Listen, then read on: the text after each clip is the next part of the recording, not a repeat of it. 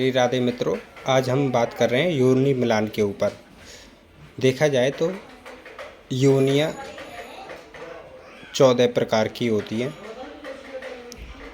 नक्षत्र 27 होते हैं, जैसे अश्विनी और शतभिषा नक्षत्र में अश्व योनि, भरणी और रेवती नक्षत्र के लिए गज योनि, कृतिका और पुष्य के लिए मेष योनि होती है, रोहिणी और मृगशिरा के लिए सर्प योनि होती है, आर्द्रा और मूल के लिए स्वान योनि होती है, पुनर्वसु और अश्लेषा के लिए मार्झर योनि होती है, मघा और पूर्व फाल्गुनी के लिए मूषक योनि होती है, उत्तरा फाल्गुनी और उत्तरा भाद्रपद के लिए गो योनि होती है, हस्त और स्वाति के लिए महिष योनि होती है, चित्रा और विशाखा के लिए व्याघ्र योनि होती है, अनुराधा और ज्येष्ठा के लिए मृग योनि होती है, पूर्वाषाढ़ और श्रवण के लिए बानर योनि होती है, उत्तराषाढ़ और अभिजीत ये उत्तराषाढ़ में ही आ जाते हैं, नकुल योनि होती है, धनिष्ठा पूर्व भाद्रपद के लिए सिंह योनि होती है। सिंह योनि वाले व्यक्ति मांसाहारी और शाकाहारी दोनों प्रकार के माने गए हैं। अश्व योनि वाले शारीरिक दृष्टि से मजबूत माने गए हैं। गज योनि वाले अपने स्वयं के व्यवहार में मस्त रहने वाले माने गए हैं। सर्प योनि वाले व्यक्ति जिनकी सर्प योनि होती है, ऐसे व्यक्ति थोड़े से छरहरे मतलब हल्के से पतले और ज़्यादा लंबाई लिए होते हैं। क्रोध उनकी नाक पर हमेशा बना रहता है। श्वान योनि, ऐसे श्वान योनि वाले व्यक्ति तेज तर्रार और अपनी क्षमता का प्रदर्शन करने वाले होते हैं। मार्झर योनि वाले किसी से भयभीत नहीं होते और अपने से ज़्यादा पराक्रमी व्यक्ति के साथ में हमेशा कंपटीशन करना या उनके साथ में विद्रोह करना हमेशा रहता है। मार्झर योनि कभी किसी से घबराती नहीं है। मूषक योनि बुद्धि बल का उपयोग ज़्यादा करते हैं, शारीरिक दृष्टि से कमज़ोर माने गए। गो योनि खा पी करके मस्त रहना, किसी से फालतू में विवाद ना करना, ऐसा गो योनि वालों का रहता है। महिष योनि जो होती है थोड़ी आलसी प्रवृत्ति के होते हैं, अपने जीवन में मस्त रहते हैं।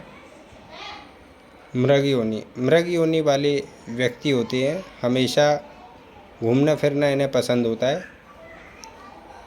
शरीर का ऊपरी हिस्सा काफ़ी मजबूत होता है, लेकिन टांगें हमेशा पतली होती हैं। बानर योनि काम सुख के प्रति ज़्यादा प्रभावी देखी गई है।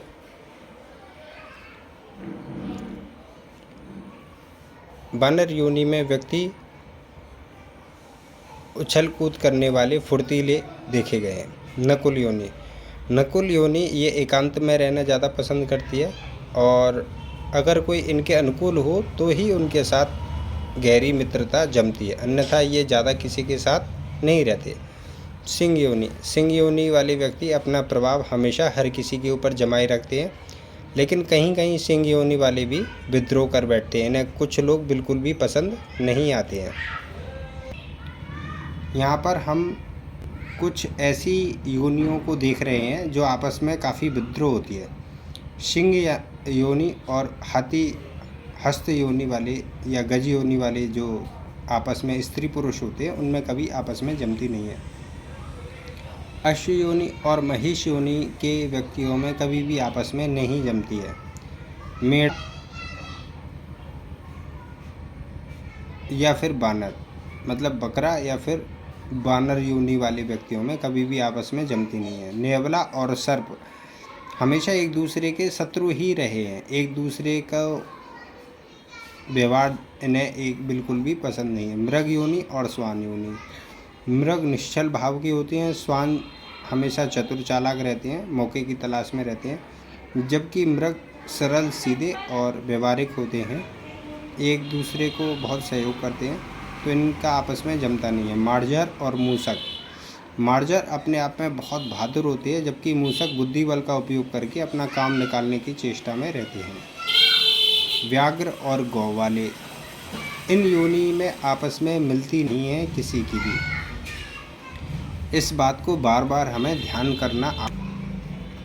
यहाँ हम खास करके देखें तो योनियों को 5 प्रकार से बांटा गया है। एक तो स्वयं की योनि हो जाती है, या सामान्य योनि हो जाती है स्वयं की, एक मित्र योनि हो जाती है।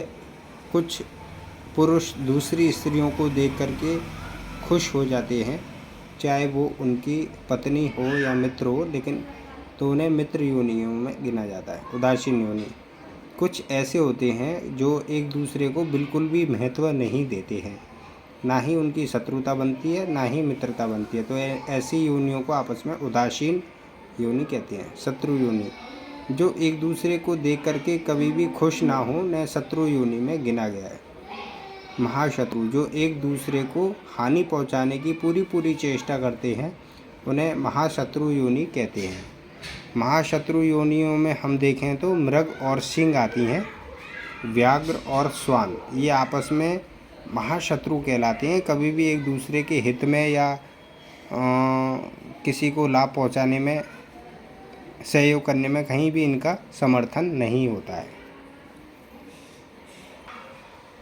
कहने का तात्पर्य है कि एक या समान योनि के दंपति के संयोग से सदैव सुख शांति प्राप्त होती है और भिन्न भिन्न योनियों के लड़के लड़की का विवाह मध्यम स्तर का माना गया है।